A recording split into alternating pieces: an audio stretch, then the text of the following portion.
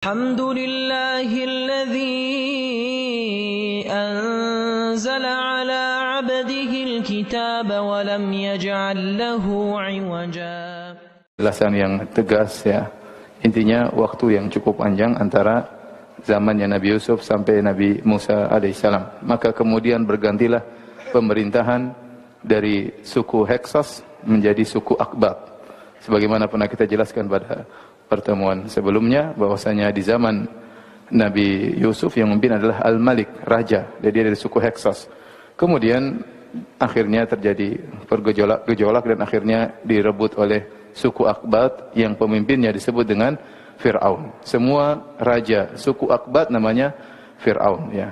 Fir'aun itu ibarat gelar raja atau presiden atau pemimpin dan yang lainnya.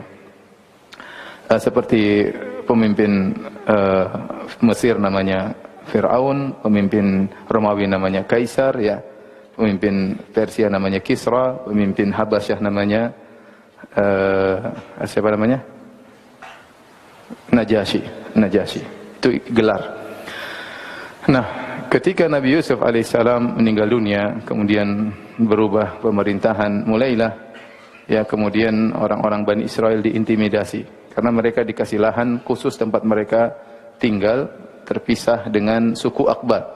Mulailah mereka diintimidasi, diperbudak oleh Fir'aun dan bala tentaranya, ya, sampai akhirnya Allah mentakdirkan lahirlah Nabi Musa alaihissalam. Disebutkan bahwasanya Fir'aun diberi umur panjang oleh Allah Subhanahu Wa Taala dan dia merasa tidak bakalan mati. Ya. Orang-orang sudah pada meninggal, dia masih hidup. Sehingga kemudian dia semakin sombong dan angkuh, akhirnya dia merasa dirinya adalah Tuhan ya. Tadinya dia merasa dirinya Tuhan Mesir, kemudian dia semakin meningkat menjadi Tuhan yang paling tertinggi di antara Tuhan-Tuhan yang ada ya. Namun qadarullah, Tuhan ini akhirnya ketakutan karena ada dukun yang kasih tahu bahwasanya akan lahir pada tahun tertentu seorang bayi dari kalangan Bani Israel yang akan menggulingkan singgasanamu. Akhirnya Tuhan ini pun ketakutan dan dia salah, dia percaya sama dukun. Tuhan kok percaya sama dukun?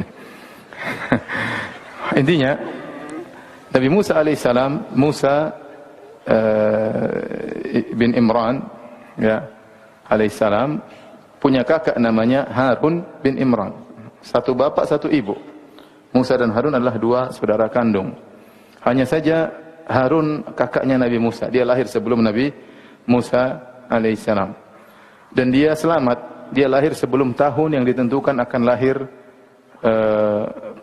tokoh yang akan menggulingkan singgasana Fir'aun. Maka tatkala Fir'aun tahu bahwasanya pada tahun tertentu akan lahir seorang anak yang akan menggulingkan singgasananya, ya, maka dia pun menyuruh anak buahnya untuk mencatat seluruh wanita-wanita yang hamil, ya, untuk ditunggui kalau lahir, ya. Disensus oleh anak buah Fir'aun. Semua wanita-wanita yang hamil dari Bani Israel dicatat hamil. Berarti diperkirakan kapan lahirnya. Ya. Maka kalau begitu lahir ditungguin. Dulu nggak ada USG ya, tungguin. Kalau keluar ternyata laki-laki langsung disembelih. Ya. Kata Allah, yudzabbihuna abna'akum wa yastahyuna nisa'akum. Bahwasanya Fir'aun dan bala tentaranya mereka membunuh anak-anak laki-laki kalian dan mereka membiarkan hidup anak-anak perempuan. Ditunggu, begitu lahir disembelih. Disebutkan bahwasanya tatkala ibunya Nabi Musa mengandung tidak ketahuan, perutnya tidak terlalu besar, tidak ketahuan sehingga dia lolos dari sensus yang dilakukan oleh Fir'aun dan bala tentaranya. Akhirnya ibunya Fir'aun kemudian mengandung, akhirnya tiba saatnya ibunya Nabi Musa mengandung dan akhirnya setelah 9 bulan tiba saatnya lahirlah Nabi Musa alaihissalam. Maka keluarlah Nabi Musa, mulailah Nabi Musa mengeluarkan suara, namanya anak baru lahir dan ini sangat mengkhawatirkan, ya. Maka ibunya pun ketakutan, ya. Kata Allah Subhanahu Wa Taala, an ardhi'ih. Allah memberi ilham kepada ibunya Nabi Musa untuk menyusui Nabi Musa. Begitu lahir, segera disusui oleh ibunya Nabi Musa. Ini susuan ini ada manfaatnya, ya. Sehingga Nabi Musa mengenal bagaimana rasa air susu ibunya, ya. An ardhi'i. Kemudian kata Allah, fa idza khifti, ya, kalau kau khawatir, ya, fa alqihi fil yammi. Lemparkanlah dia ke dalam masukkan dalam keranjang dan lemparkanlah ya, ke sungai Nil, ya. Wala tahzani, la takhafi wala tahzani, jangan kau takut, jangan kau bersedih. Inna radduhu ilaiki wa ja'iluhu minal mursalin. Kata Allah, kami akan mengembalikan putramu tersebut kepada engkau wahai sang ibunda, dan kami akan menjadikan dia termasuk dari para rasul yang kami akan utus, ya. Dalam ayat yang lain kata Allah Subhanahu wa taala, "Id auhayna ila ummika ma yuha an ikdhifihi fit tabuti faqdhifihi fil yammi falyulqihi al yammu bis sahil ya'khudhu aduwwun li wa aduwwullah." Kemudian kata Allah, yang memasukkan ke dalam keranjang, maka dilemparkanlah Nabi Musa, ya, di atas sungai Nil. Maka berjalan Nabi Musa di atas sungai tersebut, di atas dalam keranjang tersebut. Subhanallah, ternyata qadarullah, Allah mentakdirkan imra'atu Fir'aun, istrinya Fir'aun, sudah lama menikah dan tidak punya anak, sehingga dia punya kerinduan untuk memiliki seorang anak, ya. Kemudian ternyata sungai Nil melewati pelataran istana Fir'aun. Maka dari kejauhan istrinya Fir'aun melihat kok ada keranjang, ya, berjalan di sungai Nil. Subhanallah, Allah yang jaga, ya. Allah yang buat dia melihat keranjang tersebut. Kemudian dia pun tertarik dan dia pun lihat ternyata ada anak bayi. Ada anak bayi dalam keranjang tersebut. Kata Allah, wa alqaitu 'alaika mahabbatan minni. Kami lemparkan rasa cinta kepada dirimu wahai Musa. Semua orang lihat Nabi Musa jatuh cinta sama Nabi Musa alaihissalam, termasuk istrinya Fir'aun. Begitu istrinya Fir'aun, ya, kata Allah, faltaqatahu alu fir'auna liyakuna lahum aduwan wa hazanan. Maka Musa pun dipungut oleh istrinya Fir'aun, ya. Kemudian dia pun begitu melihat Musa, istrinya Fir'aun pun jatuh cinta. Ini anak menyenangkan istrinya Fir'aun. Akhirnya datang Fir'aun, mungkin istrinya panggil, "Mas, lihat dulu, Mas." Mas Fir'aun datang, lihat ternyata ini badannya coklat, bukan seperti Akbat. Suku Akbat kulitnya putih-putih. Ya, adapun suku Bani Israel kulitnya coklat, ya. Ini bukan suku kita. Ini anak dari Bani Israel, harusnya dibunuh. Dibunuh. Tapi apa kata istrinya Fir'aun? Allah abadikan dalam Al-Quran, la taqtuluhu asa ayyam fa'ana au nattakhidahu walada, ya. Ya, kata istrinya, jangan kau bunuh dia wahai suamiku. Bisa jadi ini anak bermanfaat bagi kita di kemudian hari, dan bisa jadi dia kita angkat sebagai anak angkat kita. Akhirnya Fir'aun pun nurut sama istrinya, ya. Saya sering sampaikan, Fir'aun saja nurut sama istri, apalagi antum, ya. Ini Fir'aun yang bengis luar biasa sama istrinya, "Mas, jangan bunuh dia, Mas." "Oh iya, nggak jadi." Masya Allah, itu Fir'aun yang ngaku sebagai apa? Tuhan, ya. Ini pelajaran bagi jomblo, ya. Dan sedikit-sedikit ngomel-ngomel sama istri. Akhirnya Musa pun dipungut oleh istrinya Fir'aun, dan ada khilaf siapakah istrinya Fir'aun ini. Sebenarnya ulama mengatakan dia bukan Asia bintu Muzahim. Sebenarnya mengatakan dialah Asia bintu Muzahim yang Allah sebutkan dalam surat At-Tahrim tentang istri Fir'aun yang beriman, yang akhirnya meninggal disiksa oleh Fir'aun di kemudian hari karena beriman kepada Nabi Musa alaihi salam, ya. Yang dirajikan oleh Ibnu Hajar rahimahullah dalam Fathul Bari, dialah Asia bintu Muzahim yang kata Nabi SAW, "Kamula minar rijal katsir." Banyak lelaki yang sempurna, walam yakmul minan nisa. Adapun wanita yang sempurna tidak banyak. Di antaranya, ya, Asia bintu Muzahim. Di antaranya wanita yang sempurna adalah Maryam bintu Imran, ya. Ini wanita yang sempurna. Di antaranya Asia bintu Muzahim. Dan ini dirajikan oleh Ibnu Hajar, dialah Asia bintu Muzahim yang akhirnya disiksa oleh Fir'aun. Intinya diambillah Musa, si kecil Musa, mulailah Fir'aun juga sayang karena Allah mengatakan, "Wa alqaitu 'alaika mahabbatan minni." Akhirnya istrinya Fir'aun sayang, Fir'aun juga sayang, enggak punya anak diangkat jadi anak angkat. Tetapi Musa ternyata nangis. Disebutkan dilepaskan di pagi hari. Musa dilepaskan di sungai Nil di pagi hari, mungkin ketemu di waktu duha sama istrinya Fir'aun. Akhirnya Musa pun bikin heboh, nangis. Dicarilah ibu-ibu untuk nyusui Nabi Musa. Datanglah seorang wanita nyusui, kemudian Nabi Musa enggak mau, enggak enak. Datang lagi yang lain enggak enak. Makanya Allah suruh pertama kali an ardhi, susuin apa? Musa. Sehingga Nabi Musa sudah hafal rasa susu ibunya, ya. Ini lain, enggak mau. Nabi Musa enggak mau. Mereka bingung. Kata Allah, "Wa harramna 'alaihil maradi'a min qabl." Kami jadikan Musa tidak bisa nyusu dari wanita manapun kecuali ibunya. Maka datang wanita berbondong-bondong nyusui karena mungkin dikasih gaji besar sama Fir'aun. Ternyata tidak ada yang bisa nyusui Nabi Musa. Akhirnya datanglah kakaknya Nabi Musa, seorang perempuan yang dia dari kejauhan melihat kemana perginya, ya. Fabasurat an junubin, dia melihat dari jauh bagaimana keranjang berjalan kemudian diambil oleh istrinya Fir'aun. Akhirnya tatkala heboh wanita-wanita di Mesir tidak bisa menyusui anak angkatnya Tuhan, Fir'aun. Akhirnya dia mengatakan, hal adullukum ala ahli baitin yakfulunahu. Ya, maukah aku tunjukkan kepada kalian suatu keluarga yang bisa menyusui anak ini? Subhanallah. Ternyata siapa? Ibunya. Kata Allah, faraja'naka ila ummika kai taqarra ainuha wa la tahzan. Kami kembalikan engkau kepada ibumu agar dia bahagia dan tidak bersedih. Di sore hari atau di siang hari, Musa sudah kembali lagi ke pangkuan ibunya. Maka ibunya pun dibayar oleh Fir'aun untuk tinggal di istana, untuk ngerawat siapa? Musa. Jadi subhanallah, ternyata ibunya Nabi Musa ngerawat Musa, anaknya sendiri bahkan dibayar. Bahkan tinggal di istana. Allah punya rencana, tidak ada yang tahu. Mereka tidak sadar bahwasanya ini singa yang mereka rawat akan memakan mereka di kemudian hari, ya.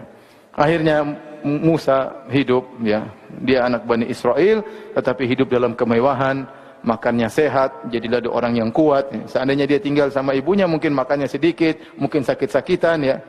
Mungkin hidup dengan ketakutan, tapi Allah mentakdirkan lain. Jika Allah menghendaki sesuatu, maka Allah akan jalankan. Innallaha latifun khabir. Allah latif. Allah jalankan dengan sesuatu yang tidak disadari oleh seseorang. Maka kemudian Nabi Musa pun tumbuh besar, akhirnya menjadi seorang yang kuat, sampai akhirnya terjadi suatu peristiwa, ya. Di siang hari Nabi Musa, ya, berjalan di kota Mesir ala hini ghaflatin min ahliha, ya. Tatkala orang-orang sedang tidur siang, maka dia mendapati dua orang sedang bertengkar. Hadza min syi'atihi wa hadza min aduwih. Ternyata ada seorang dari Bani Israel, dari sukunya Nabi Musa, bertengkar sama satu orang dari suku Aqbat, Qibti, sukunya Fir'aun. Fastaghathahu alladhi min syi'atihi ala alladhi min aduwihi. Maka ternyata sukunya Nabi Musa minta tolong, wahai Musa, tolong saya. Nabi Musa terpancing, ya, karena ini sukunya, ya. Kemudian Nabi Musa pun menyerang lelaki dari suku Qibti tersebut. Ya, fawakazahu Musa faqadha alaih. Nabi Musa pukul orang itu, langsung tewas. Nabi Musa ini terkenal sangat kuat. Padahal dia tidak bermaksud untuk membunuh. Mungkin dia dorong, tapi saking kuatnya, langsung mampus, ya. Langsung mampus. Makanya disebutkan waktu Nabi Musa alaihissalam, waktu dia mandi, kemudian waktu dituduh dia, Bani Israel menuduh dia punya penyakit sekitar kemaluannya, dan akhirnya Nabi Musa mandi di tempat lain. Allah kemudian Nabi Musa meletakkan bajunya di batu, ya, sementara Bani Israel mandi di areal yang lain. Tiba-tiba batunya terus berjalan. Nabi Musa pun naik, tidak berpakaian sama sekali, mengejar batu tersebut. Waktu mengejar batu tersebut, melewati murid-muridnya yang nuduh dia kemaluannya bermasalah, ya. Ini kurang ajarnya Bani Israel. Ustadznya dituduh macam-macam. Intinya nanti akan kita sebutin insyaallah. Intinya Nabi Musa mengatakan, ya hajar thawbi, wahai batu, bajuku, batu jalan terus. Akhirnya Nabi Musa pukul. Pung, kelihatan bekas pukulan Nabi Musa di batu tersebut. Bayangkan betapa kuatnya Nabi Musa. Kalau kita mukul, kelihatan bekas batu di tangan kita. Intinya Nabi Musa, kalau mukul orang bisa langsung tewas. Buktinya, fawakazahu Musa faqadha alaih. Dia mungkin cuma dorong orang tersebut, langsung tewas. Akhirnya dia ketakutan. Kemudian perkara disembunyikan. Nabi Musa pun, ya, khaifan yataraqab, maka dia pun khawatir. Ini bagaimana? Memang tidak ada orang sekarang khawatir nanti terjadi sesuatu. Jangan-jangan ini kabar tersebar sampai ke Fir'aun, ya, akan terjadi masalah. Kemudian keesokan harinya terjadi kasus yang sama. Ya, fa'idzal ladzi istansara bil amsi yastasrikhu. Tiba-tiba masalah lagi. Teman Musa yang kemarin ini cari masalah lagi sama suku Qibti yang lain. Mungkin ini Bani Israel yang nakal, ya. Jadi cari gara sama sukunya Fir'aun. Maka kemudian dia minta tolong lagi kepada Musa. Musa berkata, innaka laghawiyyun mubin, kau telah menyesakan saya. Tapi kemudian minta tolong, akhirnya Nabi Musa terpancing lagi. Falamma arada an yabtisha billadhi huwa adu lahuma. Nabi Musa pun datang kepada suku Kipti, mau dia pukul. Ini mati langsung nih kalau kena. Akhirnya suku Kipti ini ketakutan, dia berkata, "Ya Musa, aturidu an tuqtulani kama qatalta nafsan bil ams?" Wahai Musa, kau ingin bunuh saya lagi sebagaimana kau telah bunuh orang kemarin. Berarti berita dia membunuh orang sudah tersebar seantero suku Akbat. Waduh, gawat ini. Dia pikir tertutup kasus ini. Ternyata ini orang pun tahu. Maka dia mengatakan, "Aturidu an taqtulani kama qatalta nafsan bil ams?" Kau ingin bunuh saya sebagaimana kau bunuh orang kemarin? Ya, akhirnya Nabi Musa bingung mendengar pernyataan tersebut. Tiba-tiba waja'a rajulun min aqsal madinati yas'a. Tiba-tiba ada seorang datang dari tempat yang jauh, terburu-buru menuju Nabi Musa. Siapa orang tersebut Allah tidak sebutkan. Yang penting orang ini menolong Nabi Musa. Kata para ulama, ini contoh bahwasanya seorang berbuat baik tidak harus dikenal. Tidak harus dikenal siapanya. Yang penting apa yang dia bikin. Maka Allah abadikan perbuatannya. Waja'a rajulun, datang seseorang, Allah tidak sebut namanya, siapa dia. Min aqsal Madinah, dari ujung kota, yas'a, berusaha. Ya Musa, innal mala'a ya'tamiruna bika liyaqtuluk. Maka dia mengatakan, wahai Musa, sungguhnya orang-orang sedang berkumpul untuk membunuhmu. Fakhruj, keluarlah kau dari kota ini. Innilaka minan nasihin. Sungguh saya benar-benar menasihati engkau. Jangan sampai kau ditangkap dan dibunuh oleh orang-orang Mesir, suku Akbat.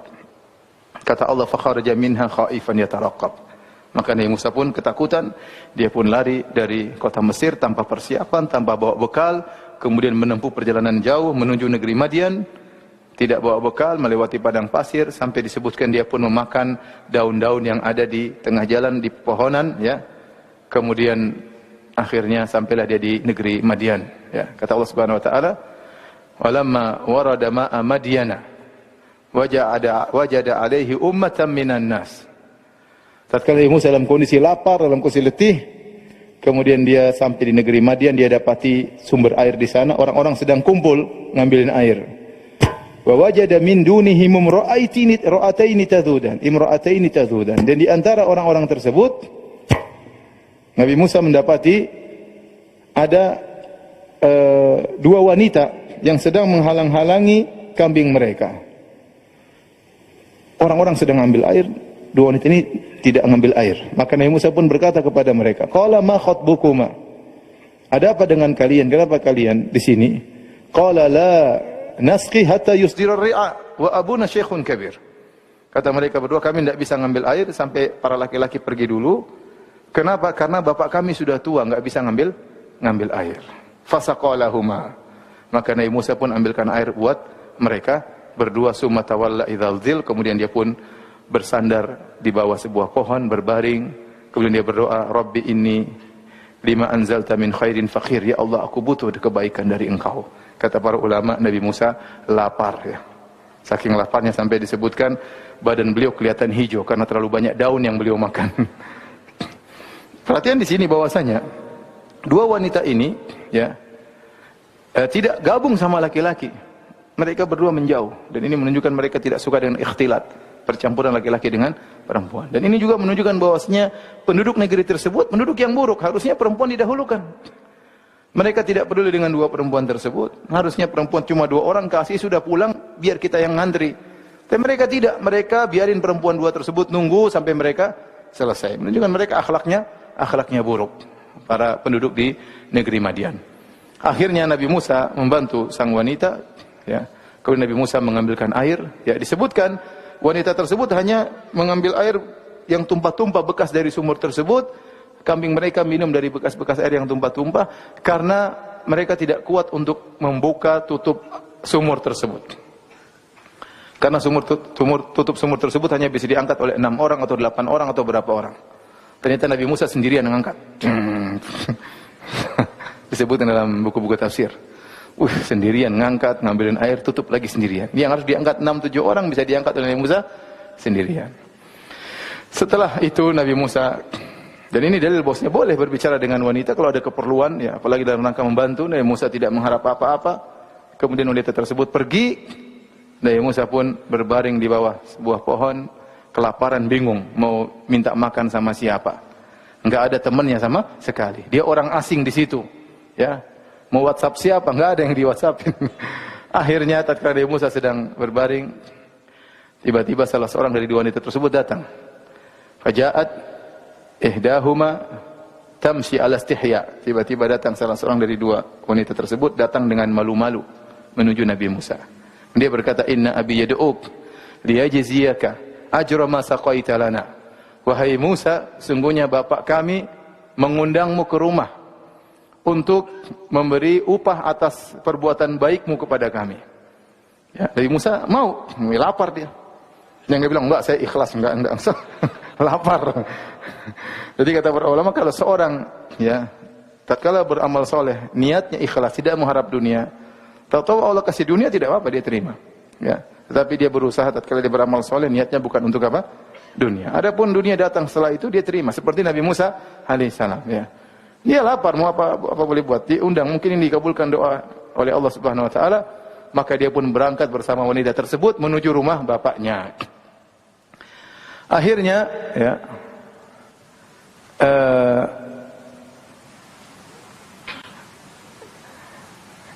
kemudian sampailah di rumah lelaki soleh tersebut. Wa qassa alaihi al-qasas. Kemudian Nabi Musa pun cerita tentang kisah yang dia alami.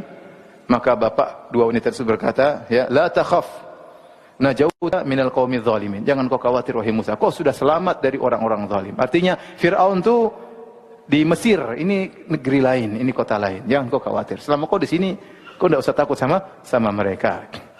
Akhirnya salah seorang dari dua wanita tersebut berkata, ya abati istajirhu. Inna khaira man istajart al-qawiyul amin. Kata seorang dari dua wanita tersebut, ya ayahanda, pekerjakanlah dia.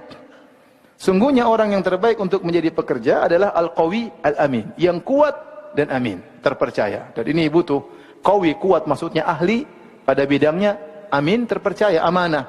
Kalau pekerja terkumpul dua ini, ahli dan amanah, maka pekerjaan akan jalan. Tapi kalau cuma salah satunya, enggak jalan. Cerdas, pintar, tapi enggak amanah. Pintar maling juga. Pintar korupsi, pintar ngambil uang rakyat dan yang lainnya. Sebaliknya, kalau amanah tapi bahlul, repot juga.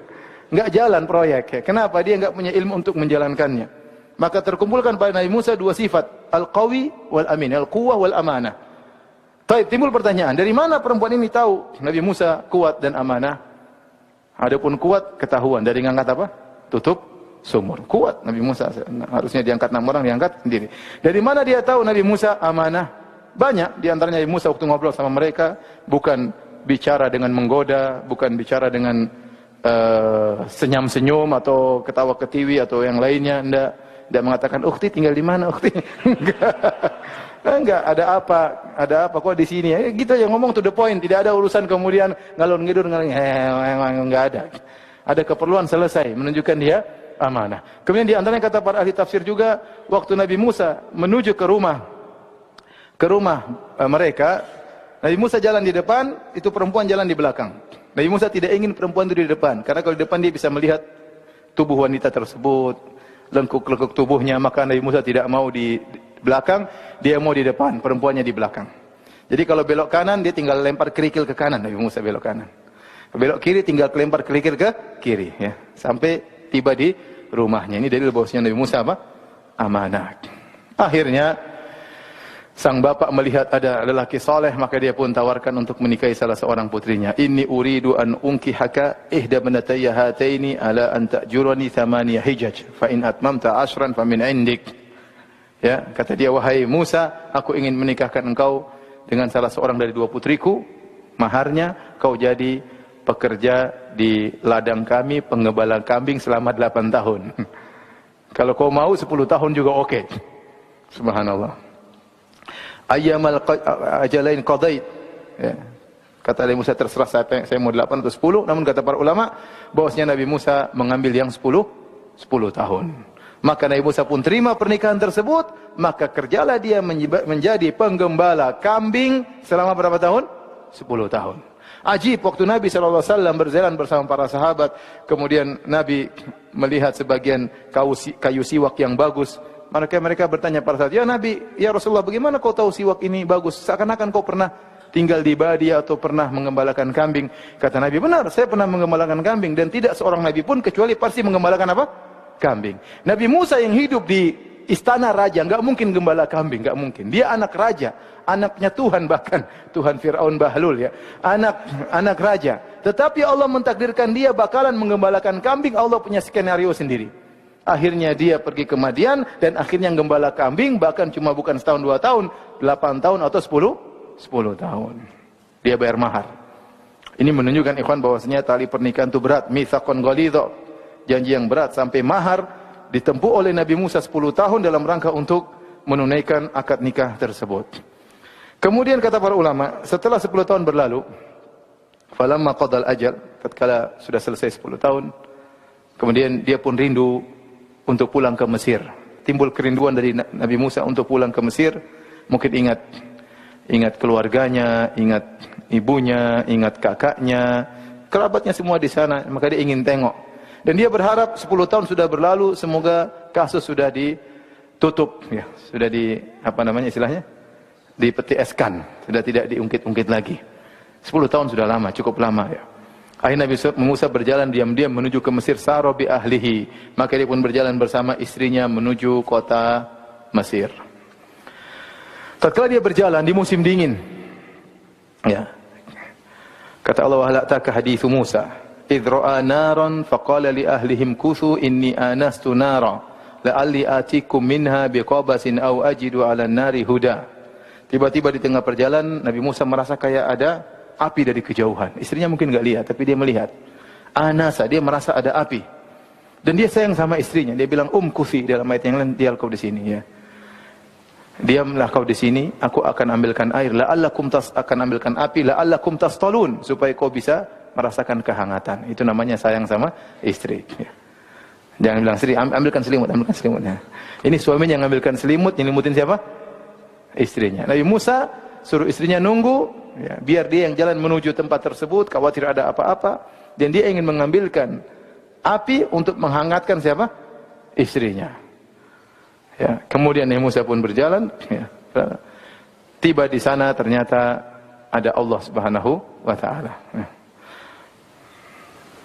Kemudian Allah berkata, ya, ataka haditsu Musa idh ra'a naran faqala ahli kuthu inni anastu naran la'alli atikum minha biqabasin aw ajidu 'ala nari huda falamma ataha nudiya ya Musa inni ana rabbuka fakhla'na 'alaika innaka bil wadil muqaddasi tuwa wa ana akhtartuka fastami' lima yuha. Tiba-tiba Allah berbicara kepada Nabi Musa, dan inilah istimewanya Nabi Musa disebut dengan kalimullah, yaitu Allah berbicara langsung dengan Nabi Musa. Yang kata Allah Subhanahu wa taala, "Ya Musa, inni istafaituka 'alan nasi bi risalati wa bi kalami."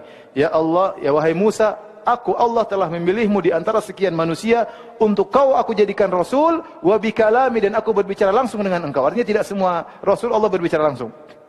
Di antara rasul-rasul yang Allah berbicara langsung, di antaranya siapa? Nabi Musa, ya. Maka Allah berkata, "Inni ana rabbuka fakhla'na 'alaik." Aku adalah Tuhanmu. Ya, fakhla'na 'alaik, bukalah kedua sendalmu. Innaka bil wadil muqaddasi tuwa, sungguhnya kau sedang berada di suatu lembah yang suci. Wa ana ikhtartuka fastami' lima yuha, dan sungguh engkau telah kami pilih, telah aku pilih. Kata Allah Subhanahu wa taala, "Fastami' lima yuha." Maka dengarkanlah apa yang akan diwahyukan kepadamu. Allah suruh Nabi Musa siap-siap untuk mendengar wahyu. Innani anallahu la ilaha illa ana fa'budni wa aqimis salata li dzikri. Sungguhnya aku adalah Allah, tidak ada yang berhak disembah kecuali aku. Ya, maka sembahlah aku dan dirikan salat untuk mengingatku. Seluruh anbiya mereka wajib untuk salat. Syariat salat berlaku pada seluruh nabi, ya. Fa'budni wa aqimis salata li dzikri. Inna sa'ata atiyatun akadu ukhfiha litujza kullu nafsin bima tas'a fala yasuddannaka anha man la yu'minu bihi wa tabaha wa tarda. Kata Allah Subhanahu wa taala, "Wa ma tilka bi yaminika ya Musa." Mulailah Allah bicara Nabi Musa karena Allah ingin mengutus Nabi Musa kepada Firaun, maka Allah ingin siapkan mukjizat kepada Nabi Musa. Mukjizat tersebut berkaitan dengan tongkatnya. Maka Allah berkata, "Wa ma tilka bi yaminika ya Musa." Apa yang ada di tangan kananmu ya wahai Musa? Tentu Allah tahu itu tongkat. Allah berbicara Nabi Musa. Nabi Musa mulai semangat cerita. Qala hiya asaya atawakka'u 'alaiha wa ahushu biha 'ala ghanami wa liya fiha ma'aribu ukhra. Ya Allah, ini tongkat kesayanganku, intinya begitu. Ini tongkat, ini enggak punya harta, cuma punya apa? Tongkat. Ya, qala hiya asaya, ini adalah tongkatku, atawakka'u 'alaiha, aku bertelekan di atasnya, wa ahushu biha 'ala ghanami, aku ngurus kambing-kambingku dengan apa? Tongkatku. Wa liya fiha ma'aribu ukhra, dan ada kebutuhan-kebutuhan lain yang aku juga gunakan dengan tongkatku. Setelah Nabi Musa semangat jawab, Allah berkata, qala alqiha ya Musa, lemparkan tongkat itu wahai Musa. Fa alqaha fa idza hiya hayyatun tas'a. Tatkala Nabi Musa lempar, tiba-tiba tongkat tersebut berubah menjadi ular. Dalam ayat yang lain, ya, falamma ra'aha tahtazzu ka'annaha jan, ya. Tatkala Nabi Musa melihat tongkat tersebut, maka bergerak dengan geliat, tongkat tersebut ular yang bergerak. Apa yang terjadi? Walla mudbiran walam yu'aqib. Nabi Musa langsung begitu lihat tongkat jadi ular, dia langsung balik, dia kabur, ya. Jadi bukan mundur, bukan, enggak. Langsung balik kabur. Saking takutnya, padahal badannya kuat. Tapi melihat ular besar, Nabi Musa kata Allah, walla itu bukan mundur begini, tapi langsung balik, langsung apa? Kabur saking takutnya. Allah bilang, ya Musa, aqbil, wahai Musa, balik kamu sini. La takhaf, jangan kau takut. Innaka minal aminin, sungguhnya kau termasuk orang-orang yang aman, jangan khawatir. Ya. Kata Allah, khuzha wa la takhaf. Bukan cuma suruh balik, Allah bilang ambil tuh ular. Waduh. Disuruh ambil ular tersebut. Wah, ini sebenarnya ini kata para ulama briefing kepada Nabi Musa, karena ini mukjizat mau dipaparkan di hadapan Firaun. Kalau Nabi Musa belum latihan, kemudian lempar jadi ular, Nabi Musa kabur, wah, buyar semua ceritanya. Oh, ente aja kabur. Makanya perlu latihan. Semua itu perlu persiapan. Dakwah perlu persiapan. Semuanya perlu. Ya, Nabi Musa aja latihan dulu. Allah kasih latihan. Ya. Khudha wa la takhaf. Sanu'iduha siratahal ula. Ambil itu tongkat, jangan kau takut. Kami akan ulangi lagi kejadian ini. Saat kau bertemu dengan siapa? Fir'aun. Kemudian kata Allah, "Watmum yadaka ila janahika takhruj baydha'a min ghairi su'in ayatan ukhra." Masukkan kau ketakutan, masukkan tanganmu di dadamu. Kau akan keluarkan baydha, berwarna putih, ayatan ukhra. Dan dia tubuhnya bercoklat, tapi keluar seperti cahaya. Ini adalah mukjizat yang kedua yang akan kau paparkan di hadapan Fir'aun. Kemudian kata Allah Subhanahu wa taala, "Idhhab ila fir'auna innahu tagha." Wahai Musa, kau seorang rasul, pergilah kepada Fir'aun, sungguhnya dia telah melampaui batas. Wah, ini ujian berat. Nabi Musa ini kabur dari Fir'aun. Sekarang suruh balik kepada siapa? Fir'aun. Oh, dia ini kabur selama ini. Sekarang suruh balik kepada Fir'aun. Tapi karena yang perintah Tuhan, Nabi Musa mau apa lagi? Makanya dia mengatakan, ya Allah, aku takut. Ya apa qataltu minhum nafsan wa akhafu ay yaqtulun. Inni qataltu minhum nafsan wa akhafu ay yaqtulun. Ya Allah, aku telah membunuh salah seorang dari mereka dan aku khawatir mereka bunuh aku. Nabi Musa takut atau tidak? Takut. Maka Nabi Musa pun berdoa kepada Allah dengan doa yang masyhur, Rabbi shrah li sadri wa yassir li amri wahlul 'uqdatam min lisani yafqahu qawli. Artinya, ya Allah, lapangkanlah dadaku. Wa yassir li amri, mudahkanlah urusanku. Yang paling penting dada itu lapang. Apapun yang terjadi kalau dada itu lapang, mudah untuk dihadapi. Baru kemudian Nabi Musa minta permintaan kedua, wa yassir li amri. Yang pertama, lapangkan dadaku. Yang kedua, mudahkan urusanku. Wahlul 'uqdatam min lisani, hilangkan kekakuan dari lisanku. Nabi Musa tidak pandai ngomong. Ya. Dia tidak pandai ngomong, tidak seperti Harun, ya. Maka dia minta, hilangkanlah kekakuan dari lisanku. Yafqahu qawli, agar mereka bisa paham dengan apa yang aku ucapkan. Kemudian dia berkata, waj'al li waziran min ahli. Ya Allah, jadikanlah Harun sebagai rasul pendampingku. Jadikanlah pembantu dari keluargaku, Harun akhi, yaitu Harun saudaraku, kakakku. Usjudu bihi azri, jadikanlah dia untuk menguatkan aku. Wa asyrikhu fi amri, dan sertakanlah dia dalam urusanku, jadikanlah dia seorang rasul. Kai nusabbihaka katsira. Bukan apa-apa ya Allah, agar kami bisa bertasbih kepada Engkau dengan sebanyak-banyaknya. Bukan untuk dunia, bukan untuk jadi raja, bukan untuk jadi penguasa dunia. Bantulah, kirimlah Harun bersamaku, kai nusabbihaka katsira, agar kami bisa bertasbih kepada Engkau dengan tasbih yang banyak. Wa nadhkuruka katsira, agar kami bisa berzikir kepada Engkau dengan zikir yang banyak. Innaka kunta bina basira, sungguhnya Engkau selalu memandang kami, melihat kami. Kata Allah, qala qad utita su'laka ya Musa. Permintaanmu dikabulkan. Makanya kata para ulama, tidak ada seorang saudara paling berjasa kepada saudaranya seperti jasa Musa kepada Harun. Seperti jasa Musa kepada Harun. Karena dengan sebab permintaan Musa, Harun jadi rasul. Dan ini menunjukkan Nabi Musa benar-benar memiliki kedudukan di sisi Allah. Makanya Allah mengatakan, wa kana indallahi wajiha. Bahwasanya Musa itu seorang yang memiliki kedudukan di sisi Allah Subhanahu wa taala. Buktinya dia minta syafaat, memberi syafaat kepada saudaranya. Bukan cuma dijadikan orang soleh, dijadikan rasul, Allah kabulkan. Betapa sering kita berdoa, ya Allah jadikanlah anakku anak soleh, enggak soleh-soleh. Ya Allah jadikanlah suamiku rajin ke masjid, enggak ke masjid-masjid, masih saja ngerokokan, main gaple, kemudian nonton macam-macam, enggak berubah-berubah. Betapa sering kita berdoa kepada Allah, ya Allah istriku jadikanlah dia lemah lembut, jangan suka ngomel, tetap saja ngomel. Bayangkan Musa berdoa bukan cuma bilang ya Allah jadikan Harun jadi orang soleh, tidak. Ya Allah jadikan Harun jadi apa? Rasul. Masya Allah. Kata Allah jadi. Masya Allah. Qala qad utita su'laka ya Musa, telah diberikan permintaanmu, dikabulkan permintaanmu wahai Musa. Dalam ayat yang lain kata Nabi Musa alaihissalam, wa akhi Harun huwa afsahu minni lisana. Ya. Dan adapun Harun saudaraku lebih pintar ngomong. Jadi lebih fasih daripada aku. Jadi Nabi Musa maksudnya Harun ini dipanggil jadi rasul supaya nanti mereka berdua berjalan. Nah, nanti yang jadi juru bicaranya Harun. Yang jadi juru bicaranya siapa? Harun. Itu rencananya Nabi Musa. Kata Allah, qala qad utita su'laka ya Musa, telah dikabulkan permintaanmu wahai Musa, wa laqad mananna 'alaika marratan ukhra. Dan sungguh kami telah memberikan engkau kenikmatan-kenikmatan yang lain sebelum ini.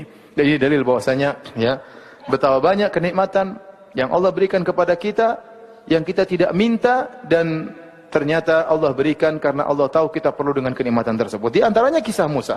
Waktu Nabi Musa minta nikmat-nikmat tersebut, lapangkan dada, mudahkan aku untuk berbicara, jadikan Harun sebagai rasul. Allah mengatakan, "Wa laqad mananna 'alaika marratan ukhra." Sungguh kami sebelumnya telah memberikan engkau kenikmatan wahai Musa.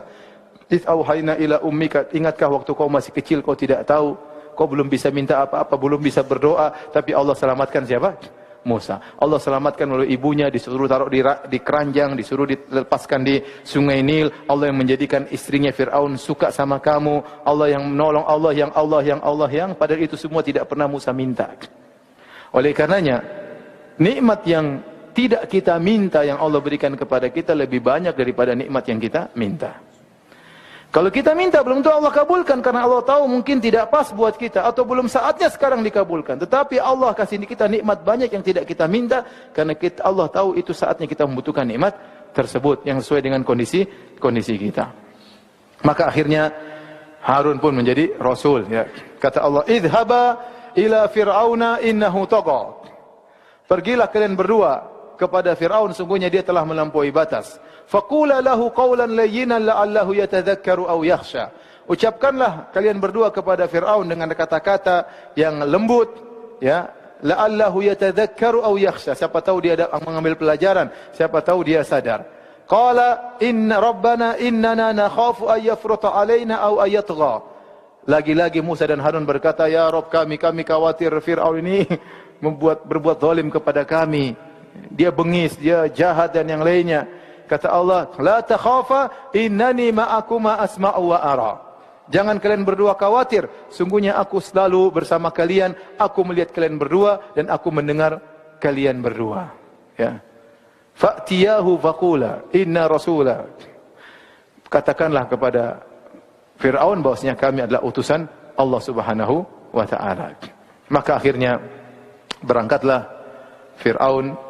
Musa dan Harun menuju Fir'aun, bertemulah dengan orang yang ditakuti oleh Nabi Musa, ketemulah Nabi Musa dengan Fir'aun, yang harusnya jadi juru bicara siapa? Harun. Kenyataannya yang ngomong ternyata Musa. Jadi terkadang orang gitu, kurang pede, begitu tiba pede. Itulah. Ternyata Allah sudah kabulkan permintaan Nabi Musa, sehingga Nabi Musa akhirnya yang debat dengan Fir'aun bukan Harun. Yang debat dengan Fir'aun adalah siapa? Musa alaihissalam. Dan Allah abadikan perdebatan tersebut yang indah tersebut dalam surat Asy-Syu'ara,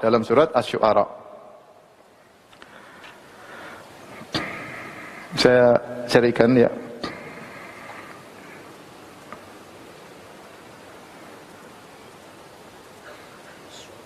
surat ke-26. Ya. Dalam ayat yang lain ya, benar-benar lihat ayat 17, ayat 16, ayat 17. 16 ayat 17 ya. Kata Allah Subhanahu wa taala surat 26 ayat 16, "Fa'tiya fir'auna faqula inna rasulu rabbil alamin." Datanglah kalian berdua kepada Firaun dan sampaikanlah bahwasanya kami berdua adalah utusan penguasa alam semesta ini. An arsil ma'ana bani Israel, lepaskanlah bani Israel kepada kami, jangan kau belenggu, jangan kau perbudak, jangan kau siksa, biarkanlah mereka pergi bersama kami. Jangan disiksa bani Israel. Maka Firaun berdebat dengan Musa. Ingat di sini Allah menyuruh Musa berkata dengan kata-kata yang apa? Yang lembut. Karena masing-masing kita berbicara dengan orang itu punya kedudukan. Kalau dia raja, kalau dia presiden, kalau dia penguasa, tidak boleh dengan kata-kata kasar. Tujuan kita agar dia sadar, agar dia menjadi lebih baik. Dan ini tidak ada yang lebih jahat daripada Fir'aun. Ya. Itu pun Nabi Musa disuruh untuk berkata-kata yang baik. Ya. Karena yang dihadapi adalah Fir'aun. Jadi masing-masing orang ada cara kita berbicara dengannya.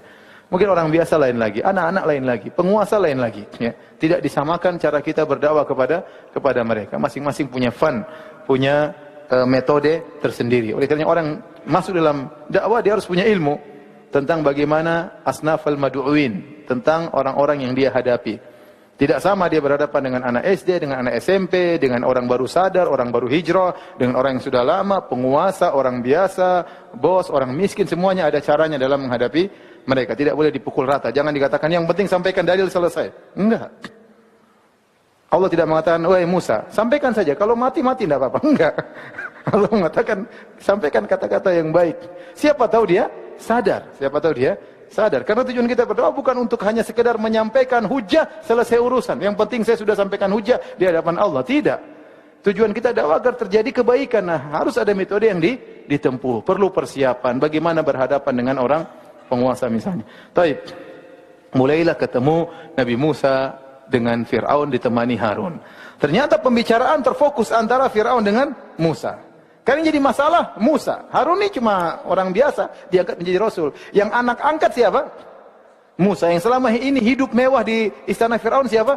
Musa. Yang selama ini dicintai oleh Fir'aun siapa? Musa.